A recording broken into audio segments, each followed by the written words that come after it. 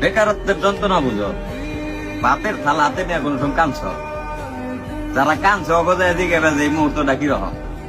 একটা ছেলের কাছে তার দুনিয়া হইলাম তার বাপ মা, সেই বাপ মা যখন তার সাথে খারাপ ব্যবহার করে, যে সারাদিন কি করলি, একটা টাকা আনস না, আর কতদিন এমনি পয়সা পয়সা খাবি, এই কথাটি শুই না যে ছেলে ভাতের থালা হাতে দিয়ে কান্না করছে, ওরে যায় দিকে যে এই মুহূর্তটা কিরকম বা কষ্টটা কিরকম। এই প্রেম ভালোবাসার কষ্ট সবকিছু ফেল এই কষ্টের কাছে। কারণ হলে যখন তোমার মা 10 মাস 10 দিন তোমার যখন পেটে ধরছে, এই মা তোমার পাইলা পয়সা বড় করছে, এই মা যখন তোমার কইব যে কি কামাই করলি বা মা বলে কি করা পারছ, কি দিয়া পারলি, তখন তুমি বুঝছো যে ভিতরে কিরকম লাগে। ভিতরে থেকে আমি মনে করি তখন প্রত্যেকটা ছেলের এই মুহূর্তটা যখন ফিল করে, ওই ছেলের আর মনে করো বাঁচার কোনো প্রচেষ্টাই থাকে না। মানে ওর মন চায় না যে আমি আর বাঁচা থাকি, তখনই মন চায় যে মরে যাই। এটাই ভাই নিয়ম, বাস্তবতা মানতে হইব সবসময়।